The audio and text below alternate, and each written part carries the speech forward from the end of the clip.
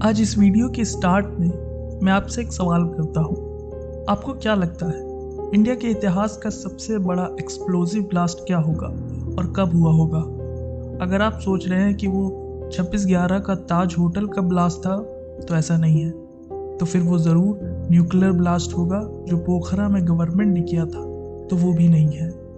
India के इतिहास का सबसे बड़ा एक्सप्लोसिव ब्लास्ट साल 1944 विक्टोरिया डॉक ऑफ बॉम्बे में हुआ था, हमारी आज़ादी से 3 साल पहले। इस ब्लास्ट का अंदाज़ा आप इस बात से लगा सकते हैं कि जो न्यूक्लियर टेस्ट पोखरा में हुआ था उसकी हाइट 107 मीटर थी, जबकि इस ब्लास्ट की हाइट 1000 मीटर से भी ज़्यादा थी। यानी दुबई के बुर्ज खलीफा की हाइट से भी बड़ा ब्लास्ट हुआ था उस दिन 14 अप्रैल 1944 को। आज इस वीडियो में हम जानेंगे इसी बॉम्बे डॉकयार्ड ब्लास्ट के बारे में। तो वीडियो शुरू करते हैं। ये टाइम वर्ल्ड वॉर 2 के समय का था, जब हिटलर ने ब्रिटिशर्स के नाक में दम कर दिया था। उस समय इंडिया के सभी सोल्जर्स ब्रिटिश की तरफ से लड़ रहे थे, क्योंकि कोई चॉइस नहीं थी, देश गुलाम था। ब्रिटिशर्स ना ही सिर्फ सोल्जर्स बल्कि इंडिया का हर सामान जैसे खाना पीना, गोली बारूद, कपड़े भी यूज़ कर रहे थे वर्ल्ड वॉर 2 में। इन्हीं सब चीज़ों को जंग में पहुंचाने के लिए Britishers SS fort stricken ship का यूज़ करते थे। 23 फरवरी एसएस फोर्ट स्ट्राइकन का एक शिप इंग्लैंड के ब्रिकनहेड पोर्ट से निकलता है, जो 12 अप्रैल को बॉम्बे के विक्टोरिया डॉक पर पहुंचता है। ये शिप बॉम्बे आने से पहले कराची में भी रुकता है। कराची में ये शिप रुकवाने का मकसद ये था कि अथॉरिटीज़ को शिप पर ऑयल और कॉटन के और मटेरियल्स लोड करवाने थे, जिनको बॉम्बे भेजा जाना था। दरअसल उस समय सिंध और पंजाब से बॉम्बे तक ट्रेन से रॉ मटेरियल ले जाने पर बैन लगा हुआ था, जिसकी वजह से शिप्स का यूज़ किया जा रहा था। शिप की लंबाई 441 फीट, चौड़ाई 57 फीट और गहराई 35 फीट थी। शिप के अंदर 1395 टन के एक्सप्लोसिव थे, जिसमें बॉम्ब्स, माइंस, रॉकेट, शेल्स और टॉर्पीडोज शामिल थे, और कॉटन के बॉक्सेस, ऑयल के barrel, ton of meat, rice और 31 गोल्ड के बॉक्सेस थे, जिनकी कीमत उस समय 100 करोड़ से भी ऊपर की थी। इंग्लैंड से इंडिया गोल्ड भेजने के पीछे ये रीज़न था कि उस समय इंडियन रुपी की कीमत बहुत गिर गई थी, जिसको ब्रिटिश गवर्नमेंट स्टेबल रखना चाह रही थी गोल्ड का यूज़ करके। उस समय शिप पर रेगुलेशन था कि किसी भी शिप पर 250 बैरल से ज़्यादा ऑयल लोड नहीं करना है जिसमें कॉटन का रॉ मटेरियल हो, और दोनों ऑयल और कॉटन को एक दूसरे से अलग रखना है। पर इसके बावजूद कराची में शिप पर 1000 से भी ज़्यादा ऑयल के बैरल्स लोड करवा दिए गए। 2700 बॉक्सेस कॉटन के रॉ मटेरियल्स लोड करवा दिए गए, और ऊपर से कॉटन को ऑयल के बैरल के नीचे ही रखवा दिए गए। शिप लोड होने के बाद कराची से निकलता है और 12 अप्रैल को बॉम्बे पहुंचता है।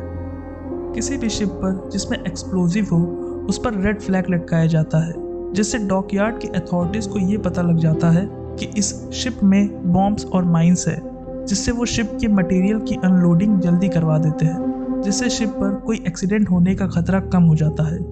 लेकिन उस दिन एसएस फोर्ट के शिप पर कोई रेड फ्लैग नहीं लगाया गया, जिसकी वजह से सामान की अनलोडिंग 13 अप्रैल से शुरू की गई।